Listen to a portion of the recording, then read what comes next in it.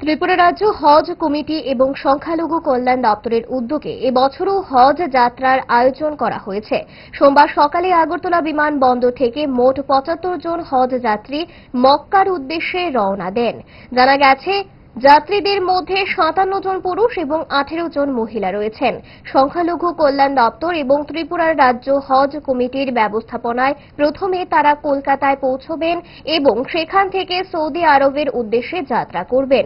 রাজ্য সরকার প্রতি বছরের মতো এই বছরও হজ যাত্রীদের নির্বিঘ্ন যাত্রার জন্য প্রয়োজনীয় সমস্ত প্রস্তুতি সম্পন্ন করেছে। এই পবিত্র যাত্রাকে ঘিরে যাত্রীদের মধ্যে উৎসাহ এবং আবেগের পরিবেশ লক্ষ্য করা যায়। 2026-এ আমাদের মোট হজযাত্রী যাচ্ছে ৭৫ জন। একজন যাচ্ছে ইন্সট্রাক্টর। এই প্রথম ৩বার একজন সরকারি কর্মচারী এখান থেকে শুরু করে সৌদি আরব পর্যন্ত তাদের সেবার জন্য যাবে। তারপর আমাদের একজন ৭৪ জন হলো হাজি। আমাদের স্ট্যান্ডার্ড প্রোগ্রাম হয়ে গেছে।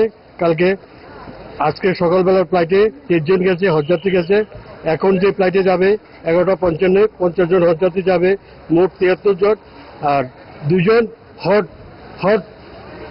শর্ট হজ 2 জন যাবে, সর্বমোট ৭৫ জন। পুরুষ হজযাত্রী হলো ৫৭ জন, মহিলা হলো ১৮ জন। তারা হজের উদ্দেশ্যে আজকে কলকাতা যাবে। 22 তারিখ তারা কলকাতা থেকে সৌদি আরবের উদ্দেশ্যে রওনা হবে।